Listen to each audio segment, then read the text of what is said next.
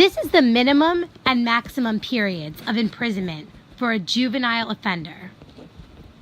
Generally, the maximum term must be at least 3 years. A sentence of imprisonment for a juvenile offender is always an indeterminate sentence. Now I'm going to list the minimum and maximum periods for various offenses. For the crime of murder in the second degree, committed by a 13-year-old juvenile offender, the minimum period is 5 to 9 years, and the maximum period is life imprisonment. Therefore, a legal sentence could be 5 to life, 6 to life, 7 to life, 8 to life, or 9 to life. A murder in the second degree committed by a 14 or 15-year-old juvenile offender has a different minimum period, but the same maximum period. For a 14 or 15-year-old juvenile offender, the minimum period is 7.5 to 15 years, and the maximum period is life. Therefore, a legal sentence for a 14 or 15-year-old juvenile offender would be 7.5 to life, 8 to life, 8.5 to life, and etc. Completing out at 15 to life being the maximum sentence. For arson in the first degree or kidnapping in the first degree, for a 13, 14, or 15-year-old juvenile offender, the minimum period is 4 to 6 years, and the maximum period is 12 to 15 years. Therefore, a legal sentence for a 13, 14, or...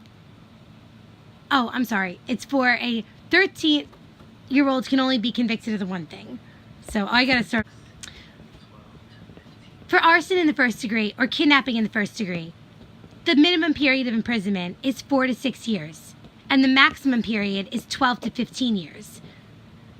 Therefore, a legal sentence for a juvenile offender convicted of arson in the first or kidnapping in the first can be 4 to 12, 5 to 13, 5 to 14, 6 to 15, etc. For a Class B felony, C felony, or D felony, the minimum period is not statutory. It just says that it must be fixed at 1/3 the maximum term. The maximum term for a juvenile offender convicted of a Class B felony is 10 years. For a Class C felony is 7 years, and a Class D felony is 4 years. Therefore, a legal sentence for a juvenile offender convicted of a D felony would be 1 1/3 to 4 years, 2 to 7 years,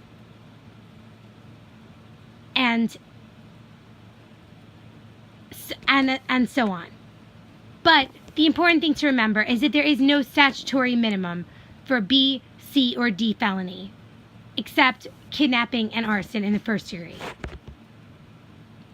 To repeat, the maximum term for a B felony for a juvenile offender is 10 years. For a C felony is 7 years, and a D felony is 4 years. For arson or kidnapping in the first degree, the maximum term is 12 to 15 years. The minimum period is 4 to 6 years. For murder in the second degree for a 14 or 15-year-old, the minimum period for murder in the second degree is 7.5 to 15 years, and the maximum term is life. However, if murder in the second degree is committed by a 13-year-old juvenile offender, the minimum period is 5 to 9 years, and the maximum term is life. Generally, the maximum term of any sentence for a juvenile offender must be at least 3 years.